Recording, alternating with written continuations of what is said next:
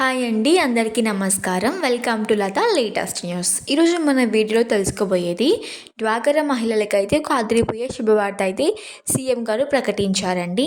వివరాల్లోకి వెళ్ళే ముందు వీడియోని మొదటిసారి చూస్తున్న వాళ్ళు ఒక చిన్న లైక్ చేసి సబ్స్క్రైబ్ చేసుకోండి. ఇక వీడియోలోకి వెళ్ళినట్లయితే డ్వాక్రా మహిళలకు భారీ గుడ్ న్యూస్ అండి. సీఎం చంద్రబాబు అయితే కీలకంగా నిర్ణయం తీసుకున్నారు.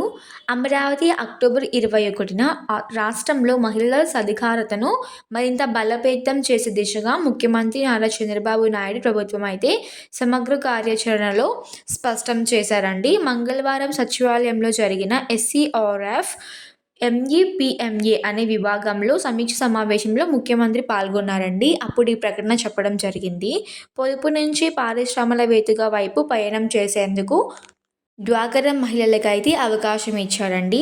ముఖ్యమంత్రి చంద్రబాబు నాయుడు మాట్లాడుతూ కేవలం పొదుపు సంఘాల అంటే సెల్ఫ్ హెల్ప్ గ్రూప్స్ స్థాయిలో కాకుండా డ్వాక్రా మహిళలను ఇప్పుడు పారిశ్రామికవేత్తలుగా లేదా వ్యాపారవేత్తలుగా మార్చేందుకు ఆయన కృషి చేస్తున్నారండి.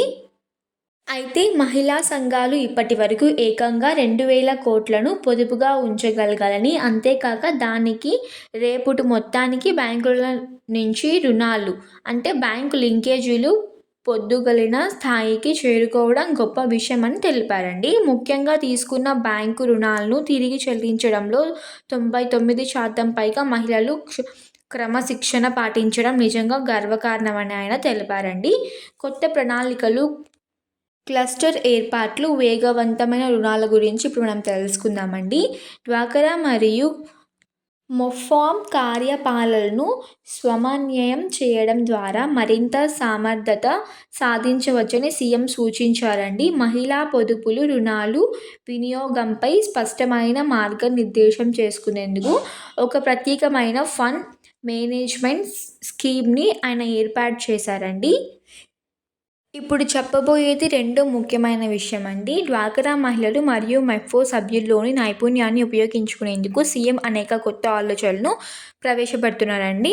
ప్రత్యేకంగా స్టార్బక్స్ తరహాలో అవుట్లైన్ ఏర్పాటు చేయాలని ఆలోచన ఆహ్వానిస్తున్నారు. అంటే అరకు కాఫీ స్టార్బక్స్ని మహిళలను ప్రవేశపెట్టి కొత్త వ్యాపారవేత్తలుగా తీర్చిదిద్దాలనే ఆలోచనలో ఆయన ఉన్నారండి.